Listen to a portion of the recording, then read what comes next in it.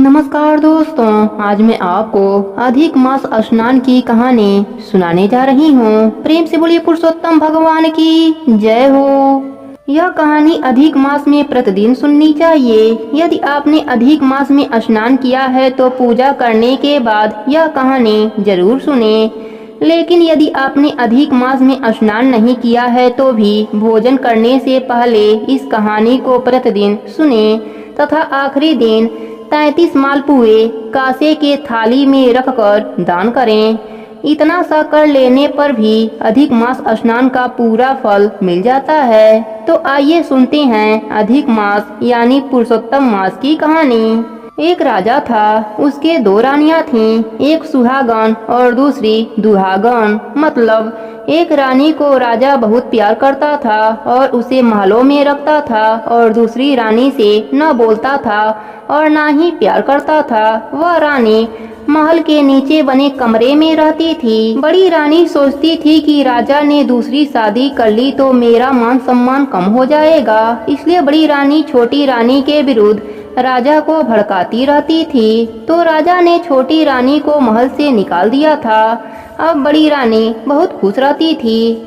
छोटी रानी हमेशा पूजा पाठ, सत्संग, कीर्तन, हवन, व्रत, उपवास, कथा, भागवत कथा आदि धार्मिक कार्य किया करती थी। यह देखकर बड़ी रानी सोचती थी कि यह सब राजा को बस में करने के लिए करती होगी, इसलिए वह बहुत चिढ़ती थी। लेकिन राजा को इस बात की जरा भी खबर नहीं लगने देती थी और उसके विपरीत बातें किया करती थी। एक बार छोटी रानी हमेशा की तरह अधिक मास स्नान कर रही थी। वह रोजाना सुबह स्नान करके भगवान की पूजा पाठ करती, मंदिर में परिक्रमा करती, सारे पेड़ पौधों की पूजा अर्चना करती थी, जैसे केला, आकड़ा, कदम, आंवला, बड़ पीपल, कल्पवृक्ष, तुलसी, इन सब की पूजा अर्चना करती और परिक्रमा करती थी।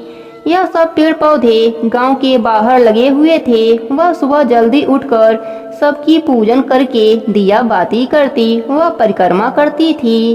एक दिन बड़ी रानी ने उसे देखा तो उसने राजा जी से कहा कि वन के पूरे पेड़ पौधों को कटवा दो।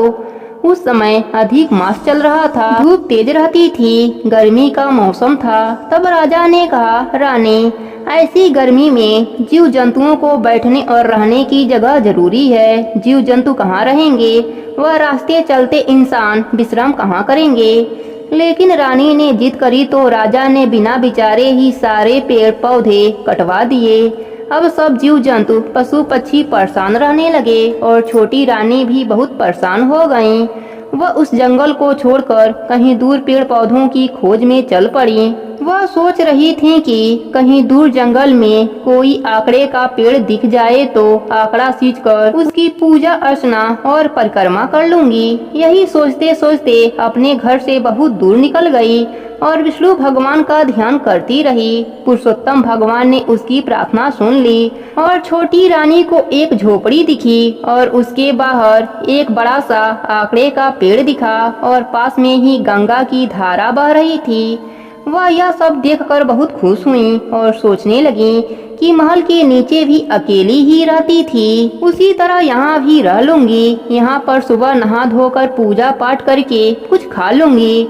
उसने गंगा के धारा में सुबह स्नान किया और 33 पुए बनाकर आंकड़े को चढ़ाए और पूजा अर्चना करी, परिक्रमा करी। छोटी रानी खुश हुई। पुरुषोत्तम भगवान ने अच्छा पेड़ दिखा दिया है, वह वहीं रहने लगी। कुछ दिनों के बाद राजा जी शिकार खेलने गए, एक नौकर को साथ ले गए।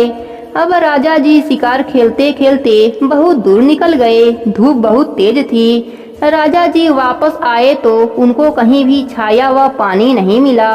उनका जी घबराने लगा, बहुत बेचैन हो गए, परेशान हो गए और सोचने लगे कि मैं इतना परेशान हो गया, बाकी के जीव जंतु और पशु पक्षियों का क्या हाल होता होगा। वह बहुत दुखी हो रहे थे और नौकर से कहा कि कहीं दूर तक देखो, 2 बूंद पानी मिल जाए और छोटी सी झाड़ी मिल जाए तो जान बच जाएगी, नहीं तो आज जान ही निकल जाएगी। नौकर ने दूर तक नजर फैलाई तो वही रानी की झोपड़ी दिखाई पड़ी। वहां राजा को घोड़े पर बैठाकर ले गया और आकड़े की छाया में लेटा दिया और गंगा जी के धारा में से पानी पिलाया। जो रानी ने पुए चढ़ाए थे वह पुए दोनों ने खाए। जल पीकर आकड़े की छाया में थोड़ी देर विश्राम करके फिर घर के लिए रवाना हुए। राजा जी को आश्चर्य हो रहा था कि इतनी दूर भयानक जंगल में किसने यह पेड़ लगाया और कौन इसकी पूजा करता है। इतने बड़े जंगल में कहीं भी एक भी पेड़ पौधा नजर नहीं आ रहा है। यह तो भगवान का चमत्कार है। यह सोचते सोचते राजा राजमहल आ गए और जब रात को सोने गए तो राजा ने यह सारी बातें रानी को बताई और कहा, तुम्हारे कहने पर मैंने जंगल के सारे पेड़ पौधे कटवा दिए। आज तो हमारी जान ही निकल जाती। कहीं भी हमें पेड़ पौधा विश्राम के लिए नहीं मिला। यह तो कोई भगवान का ही चमत्कार था जो हमें एक आकड़े का पेड़ मिला, वहाँ पर गंगा जी की धारा मिली, नहीं तो आज हम घर नहीं आ पाते। राजा ने रानी से पूछा कि तुमने हमारे लिए कोई पूजा पाठ व्रत उपवास किया था क्या, जिससे आज हमारी जान बच गई। रानी ने कहा, हमने तो आज तक ऐसा कुछ भी नहीं किया। राजा मन ही मन सोचने लगे, कहीं छोटी रानी ने हमारे लिए कोई व्रत उपवास तो नहीं किया है। उसे जाकर पूछते हैं। दूसरे दिन राजा छोटी रानी के महल में गए तो वह वहाँ नहीं मिली। राजा ने विचार किया कि छोटी रानी कहाँ चली गईं। राजा सोच में पड़ गए और नौकरों को खोजने के लिए भेजा। नौकर ढूंढते हुए वहीं जंगल में पहुँचे। वहाँ छोटी रानी उसी आंकड़े की पूजा कर रही थी। नौकर ने आकर राजा को बताया तो राजा ने सारी बातें सुनकर खुद रथ लेकर रानी को लेने पहुँच गए। राजा ने जाते ही रानी के पाँव पकड़ लिए और कहा कि हमारे गलती को आप माफ करो और राजमहल चलो।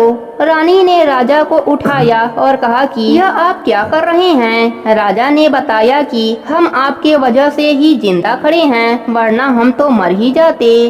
रानी को राजा ने सारी बातें बताई और फिर से रानी से माफी मांगी। राजा रानी को लेकर राजमहल आ गए। पूरे नगरी में जयकारा होने लगी। राजा जी रानी को महल में लाए और बड़ी रानी को देश निकाला दे दिया और कहा कि तुम खुद भी बुरी थी और हमें भी बुरा बनाती रही।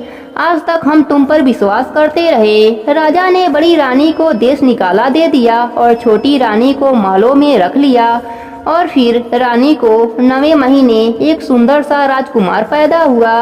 राजा बहुत खुश हुआ। राजा रानी व देशवासी सभी सुख चैन से रहने लगे। राजा ने सब जगह पेड़ पौधे वापस से लगवा दिए। जगह जगह धर्मशाला व बावड़ी बनवाए। हर जगह पानी की व्यवस्था करी।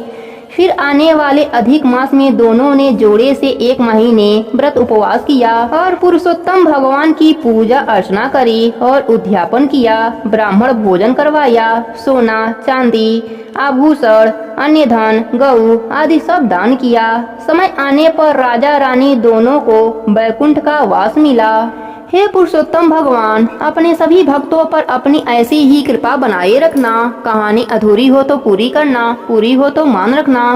प्रेम से बोलिए पुरुषोत्तम भगवान की जय हो।